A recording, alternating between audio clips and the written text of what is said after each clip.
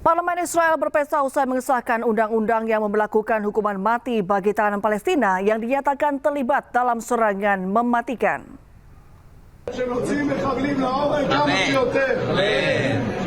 Anggota Parlemen Israel merayakan pengesahan undang-undang yang memberlakukan hukuman mati bagi tahanan Palestina yang dinyatakan terlibat dalam serangan mematikan di tepi barat.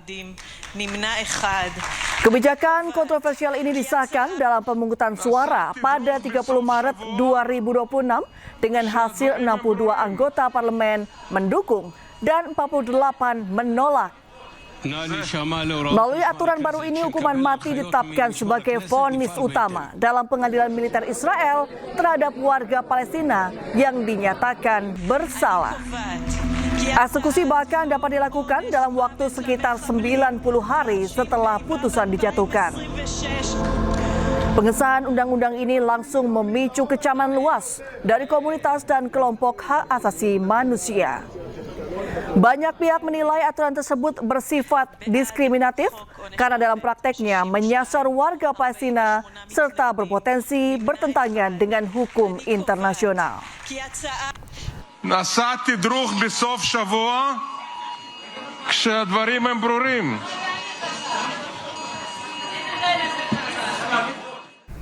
Sirene serangan Iran berbunyi di Israel, sidang parlemen dihentikan dan anggota bersembunyi di bunker. נעשה תדרוך בסוף שבוע כשהדברים הם ברורים. נא להישמע להוראות משמר הכנסת. כשנקבל הנחיות ממשמר הכנסת נפעל בהתאם. Serangan balasan dari Iran ke Israel memicu kepanikan di parlemen Israel atau Knesset. Para anggota parlemen menghentikan sidang dan segera berlindung di bunker setelah sirene peringatan berbunyi. Berdasarkan media Israel, sidang pleno yang tengah membahas anggaran ini langsung dihentikan dan siaran langsung yang ditayangkan terputus. נא להישמע להוראות משמר הכנסת. כשנקבל הנחיות ממשמר הכנסת נפעל בהתאם. Pemukim ilegal Israel membakar kendaraan dan menyerang pengungsi Palestina di tepi barat. Sementara di Gaza, Palestina, tentara Zionis Israel menembak mati seorang wanita yang tengah berjalan dan menggendong bayinya.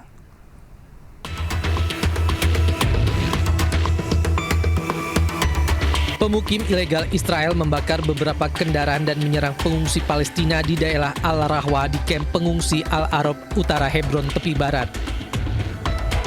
Sumber-sumber lokal mengatakan pemukim ilegal Israel juga membakar sejumlah kendaraan di Bethlehem. Sementara itu, tentara Zionis Israel menembak mati seorang wanita yang tengah berjalan dan menggendong bayinya di Gaza, Palestina. Tembakan tentara Zionis Israel tepat mengenai kepala korban. Sesaat usai tembakan, tubuh wanita tersebut langsung ambruk bersama bayi yang digendongnya. Tembakan di kepala mengakibatkan korban langsung meninggal dunia di lokasi. Ya, meski Amerika sudah mengumumkan akan melakukan serangan darat ke Iran, namun saling balas serangan rudal masih terjadi. Serangan rudal Iran ditakuti Israel karena daya jangkaunya ribuan kilometer.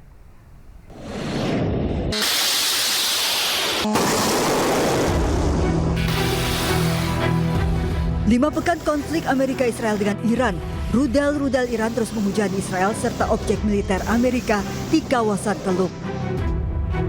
Rudal jenis hipersonik seperti Fatah 2 dan balistik Horamshar 4 ditakuti Israel.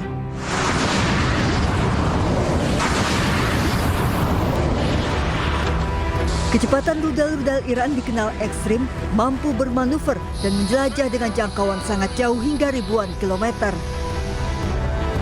Bahkan rudal Iran mampu menembus sistem pertahanan udara Israel yang canggih seperti Iron Dome serta Arrow 3.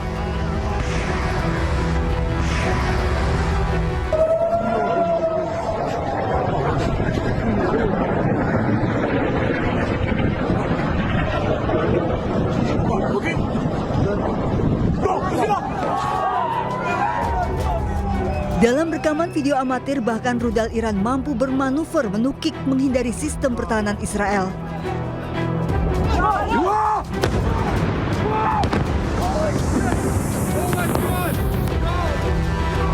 Data dari Iran Watch, kemampuan rudal-rudal hipersonik dan balistik Iran mampu menjangkau hingga wilayah proksi Amerika dan Israel.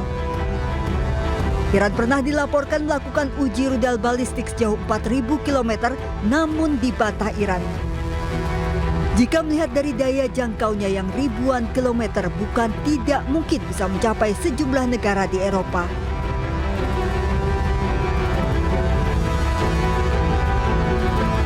Kemampuan rudal-rudal Iran ini mengancam target Israel dengan waktu reaksi yang minim dan daya hancur yang besar.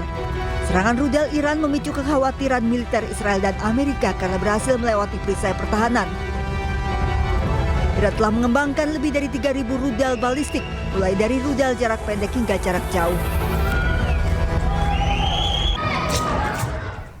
Konflik Amerika-Israel dengan Iran meluas. Milisi Houthi Yaman mengumumkan masuk dalam pusaran konflik memicu eskalasi.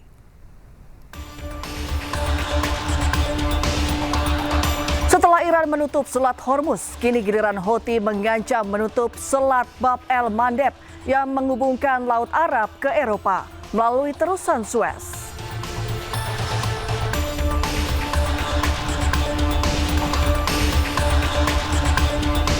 Jika Selat Bab el-Mandeb ditutup, kapal yang akan menuju Eropa melalui Laut Arab harus memutari benua Afrika.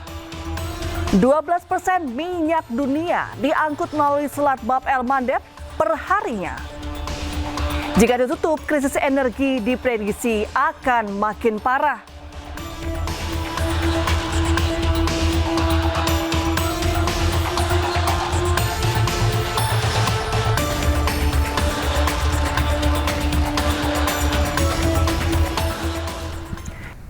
Kantor stasiun televisi Al Arabi di Teheran, Iran kini masih rusak parah usai diserang rudal Amerika Serikat Israel pada Minggu pagi lalu. Sebelumnya serangan rudal juga mengakibatkan 10 orang terluka, termasuk perempuan dan anak-anak yang berada di sekitar lokasi.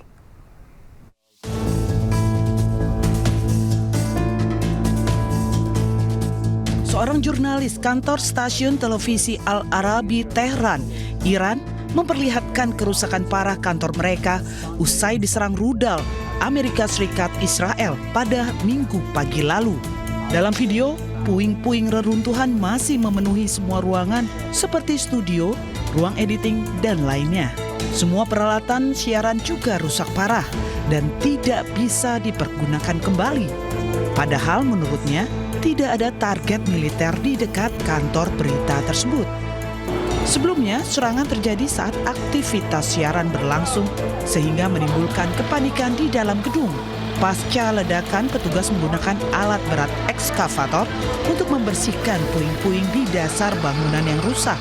Sedikitnya 10 orang dilaporkan terluka, terdiri dari perempuan dan anak-anak yang berada di sekitar lokasi insiden terjadi. Pihak Al Arabi TV mengecam keras insiden penyerangan lantaran keselamatan jurnalis semakin terancam di tengah konflik. Koresponden Al Arabi TV menyebutkan serangan terhadap jurnalis merupakan pelanggaran hukum internasional.